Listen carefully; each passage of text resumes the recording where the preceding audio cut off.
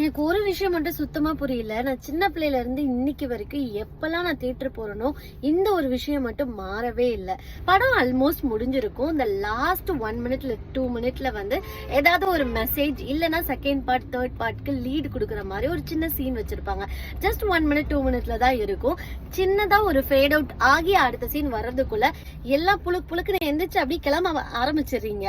ஆனா நாங்க படம் ஆரம்பிக்கும் போது எவ்வளவு பொறுமையா வந்து உட்கார்ந்தோமோ, படம் முடிஞ்சு அந்த படத்துல ஒர்க் பண்ண எல்லாரோட பேர் அந்த என் கார்டு போட்டு அங்க வேலை பாக்குறவங்க வந்து எந்திரிச்சு போங்கப்பா அப்படின்னு சொல்ற வரைக்கும் அவ்வளவு பொறுமையா உட்கார்ந்து பார்த்து முடிச்சுட்டு தான் நாங்க வருவோம்.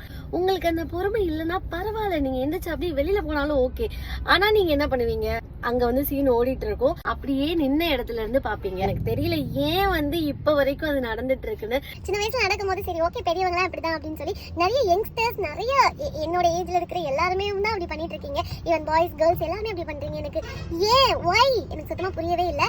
ஸோ நீங்க இல்ல உங்க ஃப்ரெண்ட்ஸ் அண்ட் ஃபேமிலி மெம்பர்ஸ் யாராவது இந்த மாதிரி பண்ணிட்டு இருக்காங்கன்னா நீங்க இந்த வீடியோ கீழே கண்டிப்பா கமெண்ட் பண்ணி இந்த மாதிரி பண்ணாதீங்கன்னு சொல்லுங்க. இதுக்கப்புறம் யாராவது இந்த மாதிரி பண்ணாங்க அப்படின்னா தயவு செஞ்சு நீங்க உட்காந்து பாருங்க அப்படின்னு சொல்லி கொட்டி உட்கார வைங்க. இல்லைன்னா தயவு செஞ்சு இந்த வீடியோ பாக்குறவங்க எஞ்சி அப்படி தாராளமா போங்க, எங்களுக்கு டிஸ்டர்ப் பண்ணாதீங்க. ஸோ இதை எனக்கு ஷேர் பண்ணணும்னு தோணிட்டே இருந்துச்சு.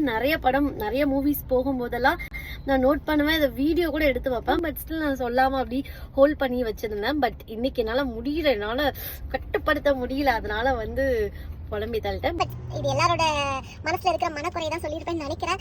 எனக்கு அது சொல்லணும்னு தோணுச்சு. ஸோ அவ்வளோதான் கைஸ், பை.